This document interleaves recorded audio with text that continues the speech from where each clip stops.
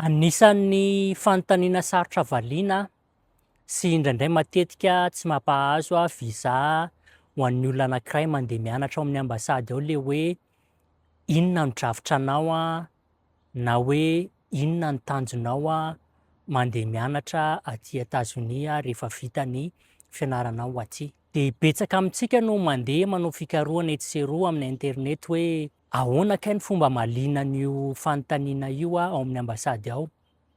De betsaka amintsika ihany koa rehefa tonga izay dinidinikana visa zay lasa mivoraka sy mipanika satria mety tsy tadidy tampoka lay notenenin'ny ChatGPT na YouTube ohatrany sy mety hoe misy tsy tadidy am'le notenenin'le namana sy fianakaviana hoe zao aky tenenina na hoe zao le sy tenenina. De efa be da be mihitsy ny valim-panontaniana atolotry ny internet momba an'izy io zay efa henon'ny visa officer manerana an'izao tontolo zao fa omeko ohatra fotsiny tsika de le hoe za zao rehefa vita ny fianarako de hiverina aty Madagasikara hanasoa sy hanatsara ny orinasam-pianakaviana.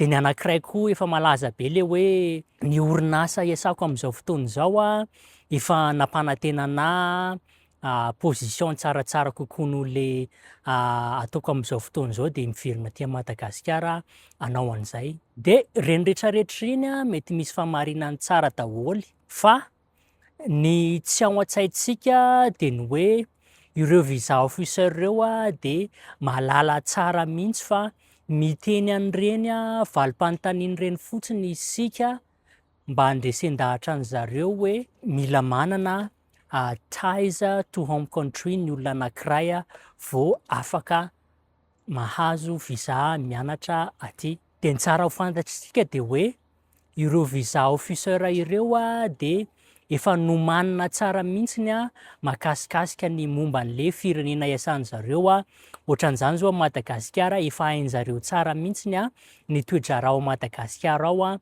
na ara-politika zany na ara-tsôsialy na ara-ekônômika na ara-piarahamonina. Fantatry zareo tsara mihitsy koa ny fomba fiainantsika malagasy ny fomba fisainantsika malagasy sy ny sisa sy ny sisa.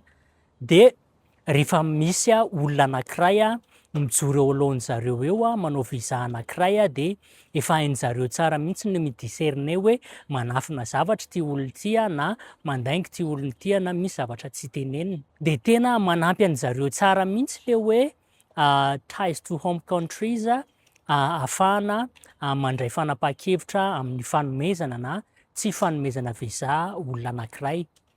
Fa ny tena jeren'zareo rehefa manontany an'iny fanontaniana iny zareo de hoe ilay drafitranao teneninao aminy io ve mitombina sa tsy mitombina sa hoe hevitra taingina fotsiny mba ahafahana mahazo visa. De par rapport amin'iny drafitranao iny jeren'zareo tsara hoe anao clandestin fotsiny ve no ahatongavanao aty Etazonia aty sa hoe hianatra marina no tena hahatondianao aty rehefa tonga aty. De farany de hoe par rapport amin'iny drafitranao iny jeren'zareo tsara hoe ho vitanao ve ny mianatra aty Etazonia aty ho zakanao ve ny fiainana aty Etazonia aty amin'ny mampianatra anao sa ho lasa vesatry ny fiarahamonina Amerikanina fotsiny ianao rehefa tonga aty am'le antsoin'zareo hoe public charge moa zany. De tsarovy tsara ary afatoy ao an-tsaina tsara mihitsy ny ty hoe hialan'ny Madagasikara itsika amin'ny fotoana maro.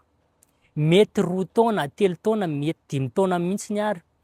Be da be ny zavatra efa hiova mandra-pahatonga anao am'le fahavitan'le fianaranao iny.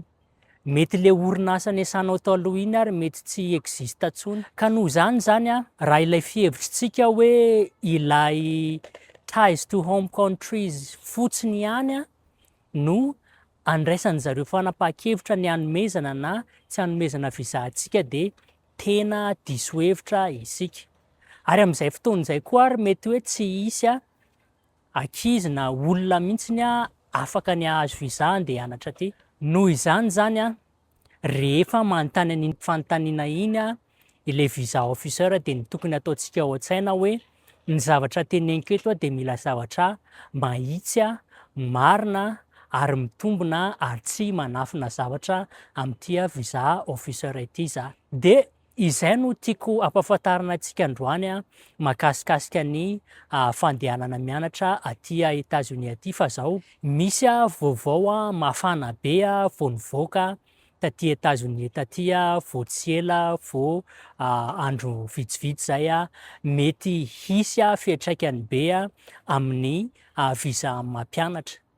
De raha ohatra tsika ka liana momba ny izay na te hafantatra bebe kokoa ny information momba an'izay de ataovy eo amin'ny comment eo ny hoe visa 26 fa ho tonga direct any amin'ny MP antsika tsirairay avy any ilay information tsara ho fantatsika tsirairay avy.